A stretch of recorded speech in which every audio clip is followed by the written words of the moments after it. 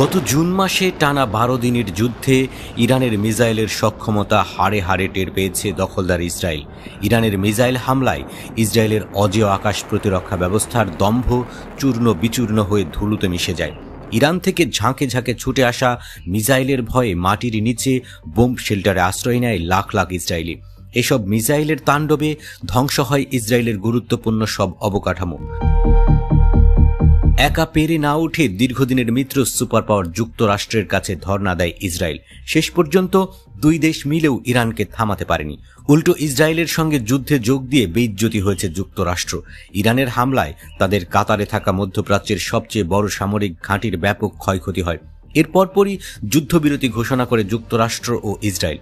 দখলদার ইসরায়েলকে চোখে আঙুল দিয়ে সেই কথাই মনে করিয়ে দিলেন ইরানের সর্বোচ্চ ধর্মীয় নেতা আয়াতুল্লাহ খামেনি। তিনি বলেন, 12 দিনের যুদ্ধে ইরানের সামনে একা লড়াই করে পেরে ওঠেনি ইসরায়েল।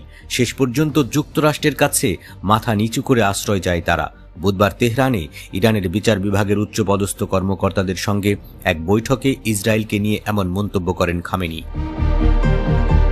তিনি বলেন, ইসরায়েল 12 দিনের আগ্রাসনের পর যুদ্ধবিরতির জন্য যুক্তরাষ্ট্রের কাছে সাহায্য চেয়েছে। বিষয়টি প্রমাণ করে ইরান কতটা শক্তিশালী। ইসরায়েল যদি একাই লড়তে পারত তাহলে তো যুক্তরাষ্ট্রের কাছে মাথা নোয়াতে হতো না। ইসরায়েল বুঝতে পেরেছিল যে ইরানের সামনে তারা একা দাঁড়াতেই পারবে না। খামেনি বলেন, এই যুদ্ধ শুধু ইরানের সামরিক ও কৌশলগত শক্তি প্রমাণ করেনি, বরং ইরানি জনগণের দৃঢ়তা, সচেতনতা এবং জাতীয় ঐক্যকেও তুলে ধরেছে। ইরানের সামরিক শক্তির রূপান্তর নিয়ে আয়াতুল্লাহ খামেনি বলেন, আগে ইরান যুক্তরাষ্ট্রের কাছে মাথা নত করতে বাধ্য হতো, কিন্তু আজ ইরান স্বাধীন এবং আরও শক্তিশালী। আগে তো নিজেদের মধ্যে গল্পেও যে কেউ যুক্তরাষ্ট্রের বিরুদ্ধে কথা বলার সাহস দেখাতো না, কিন্তু আজ এই ইরান যুক্তরাষ্ট্রকে কোনো ভয় পায় না, এমনকি উল্টো যুক্তরাষ্ট্রকে ভয় দেখায়।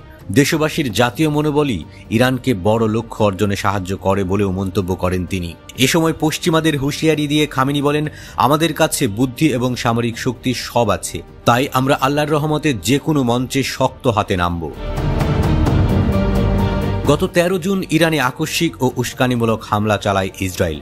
হামলায় ইরানের বেশ কয়েকজন উচ্চপদস্থ সামরিক কর্মকর্তা, বিজ্ঞানী এবং সাধারণ নাগরিক নিহত হয়।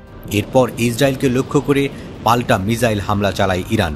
দুই পক্ষের রক্তক্ষয়ী এই যুদ্ধ মোট 12 দিন স্থায়ী হয়। পরে ইরানের তীব্র প্রতিরোধের মুখে 24 জুন যুদ্ধবিরতি ঘোষণা করতে বাধ্য হয় যুক্তরাষ্ট্র।